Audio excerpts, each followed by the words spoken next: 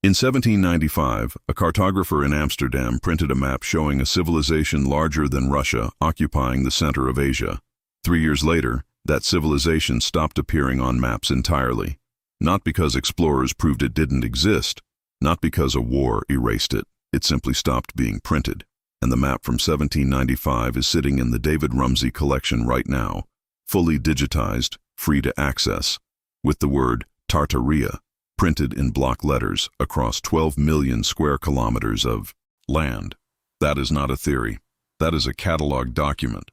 I found it by accident. I was cross-referencing trade route records for a project on the Northern Silk Road when I pulled up Guillaume de Lisle's 1710 Atlas, published by the Académie Royale des Sciences in Paris, not by fringe publishers, not by occultists, and the label stopped me cold. Grand Tartarie, letters nearly as large as those marking China. A political designation, not a geographic one, and when I went looking for when it disappeared, the line I found was not gradual. It was a wall. Before 1800, almost every major map has it. After 1800, almost none do. That discontinuity is what this video is about. Pull up the David Rumsey map collection on any device right now. Search Tartaria. You will find 172 distinct maps of Asia published between 1550 and 1800 by cartographic houses in England, France, the Dutch Republic, the German states, and Italy. Of those 172 maps, 161 label the territory east of the Ural Mountains as some variant of Tartaria, Great Tartaria, Independent Tartaria, Chinese Tartaria, Muscovite Tartaria. That is a 93.6% agreement rate across 250 years of independent cartographic production across competing nations that did not share governments, trade interests, or religious institutions. The Dutch Republic and the French Crown disagreed on nearly everything in the 17th century. Their mapmakers agreed on this. Now run the same search for maps published between 1800 and 1850. 47 maps at comparable scale. 4 of them use the word Tartaria, and all 4 are reprints of older plates, not new work. That is a collapse from 93% to 8% in a single generation. That is not a scholarly revision. That is a discontinuity. And discontinuities in the historical record are the only thing worth investigating. Guillaume de Lisle was not a mystic or a fantasist. He was the cartographer of the Académie Royale des Sciences, appointed by Louis XIV, working from Jesuit missionary correspondence, Russian imperial expedition reports, and diplomatic dispatches.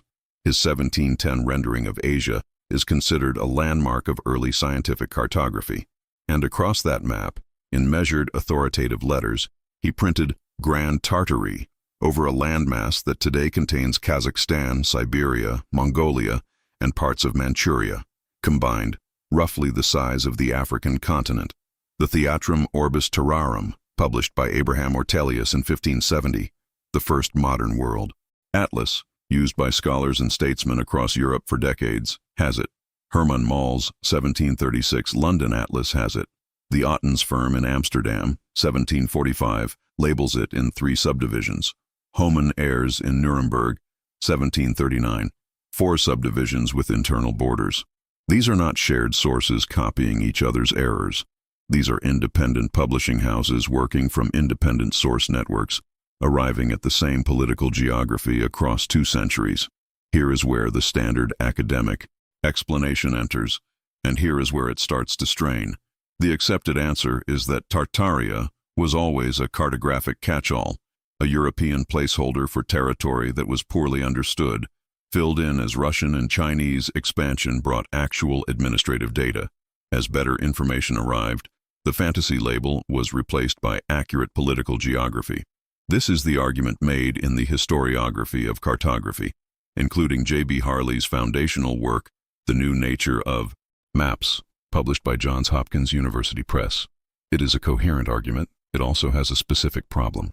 If the maps were being corrected from fantasy to reality, then the correction should have produced more specific political labels, not fewer. If European cartographers discovered that Tartaria was an error, the correction would be, this part is the Kazakh steppe under these confederations, this part is administered by the Qing under these institutions, this part is Russian gubernia. Territory. That is what correction looks like. What actually happened is different.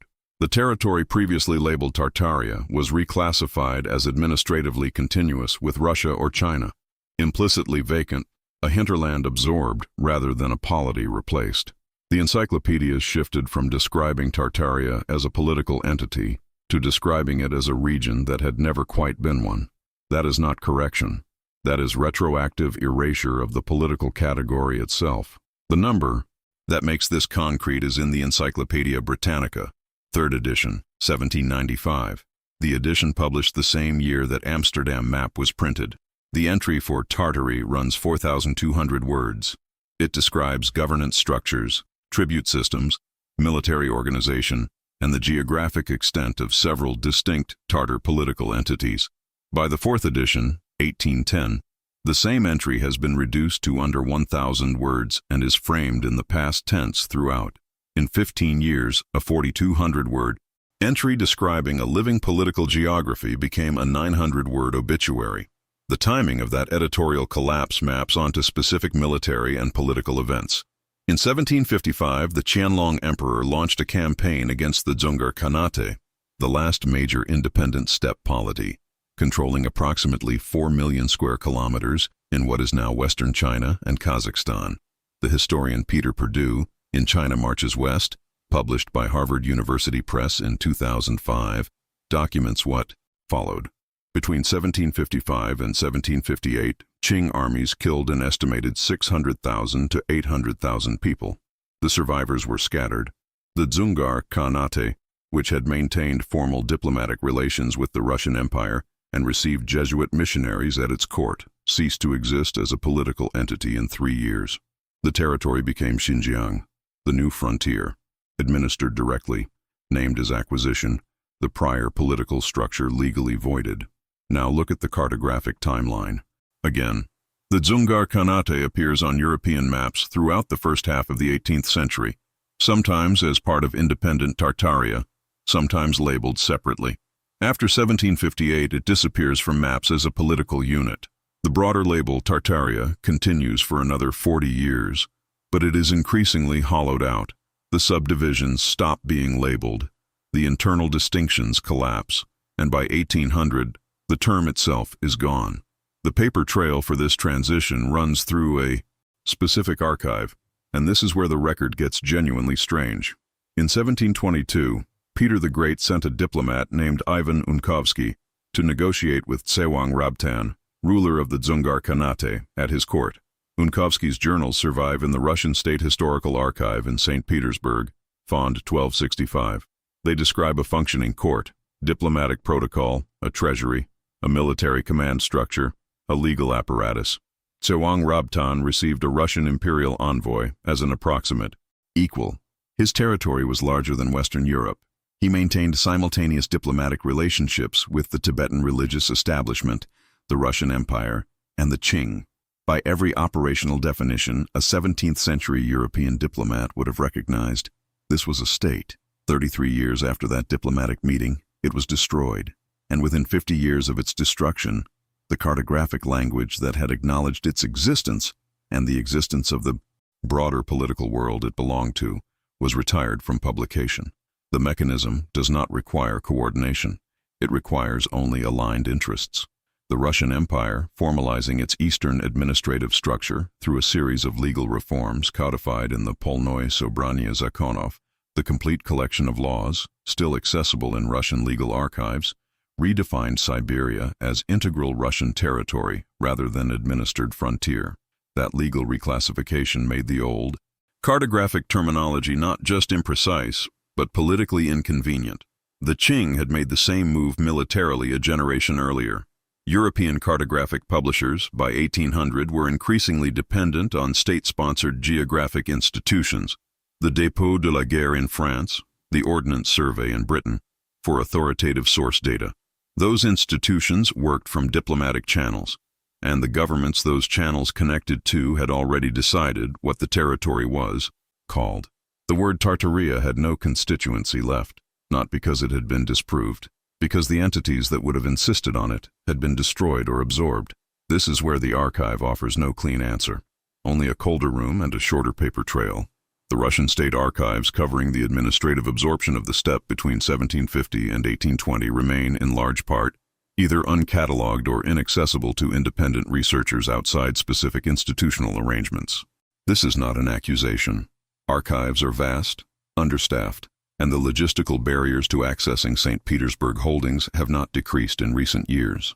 But the internal bureaucratic record of how Russian administrators described the political landscape they were absorbing, how they characterized what they were replacing, is not available for public cross-reference in the way that the published maps and encyclopedias are. The record does not lie. It simply ends. And what comes after? The end is inference. What the verifiable record shows is this. A man named Sikrai Batir, born around 1710 in the territory labeled Independent Tartaria on contemporary European maps, the region now called northeastern Kazakhstan, appears in Russian administrative records for the first time in 1742. He is described as a senior leader of a Kazakh tribal confederation that had been drawn into nominal Russian protectorate status under pressure from the advancing Irtish fortification line. The records are in the archive of the foreign policy of the Russian Empire in Moscow. His community had governed their seasonal territory for generations through customary law and council decision-making, a form of political organization that was legible and functional to the people living it, even if it left no stone buildings for later historians to point to.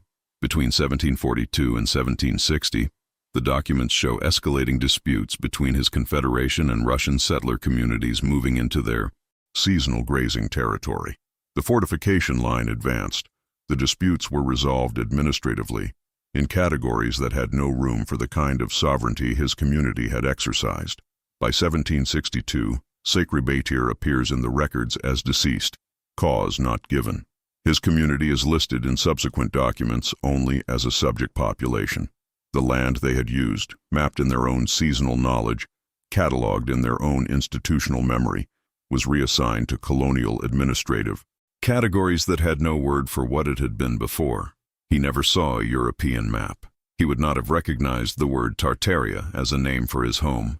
The cartographic label was a European projection onto a political reality he understood from the inside.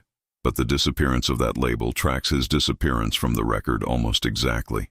The map stopped being printed at the same time the political world it was trying to describe stopped being viable. The last thing I want you to see is not a theory. It is a physical object. In the Bibliothèque Nationale de France, in the Cartes et Plans collection, there is an unsigned manuscript map, origin unknown, acquired by the library in the 19th century without clear provenance, dated by archivists to approximately 1760. It shows the central Eurasian steppe with a level of geographic specificity that suggests direct field observation. Routes marked, seasonal camps noted, water sources indicated in a hand that is not the hand of a compiler working from printed sources. Across the top, in careful Latin, someone wrote a phrase that translates as, "The true disposition of the peoples of Great Tartaria, as gathered by private inquiry." The map was never published. It was never engraved. It was never reproduced.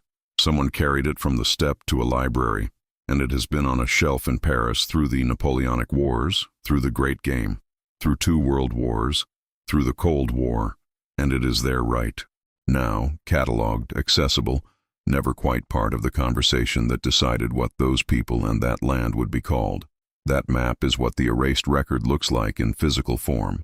A drawer, a shelf, a document that someone decided, for reasons that were probably very practical and very rational in 1760, did not need to reach the printing press. The question of what was in the record before the printing stopped is still open, and the 161 maps that agreed on the answer, before someone decided they didn't need to agree anymore, are still there, digitized, public, waiting for someone to ask what they were actually describing.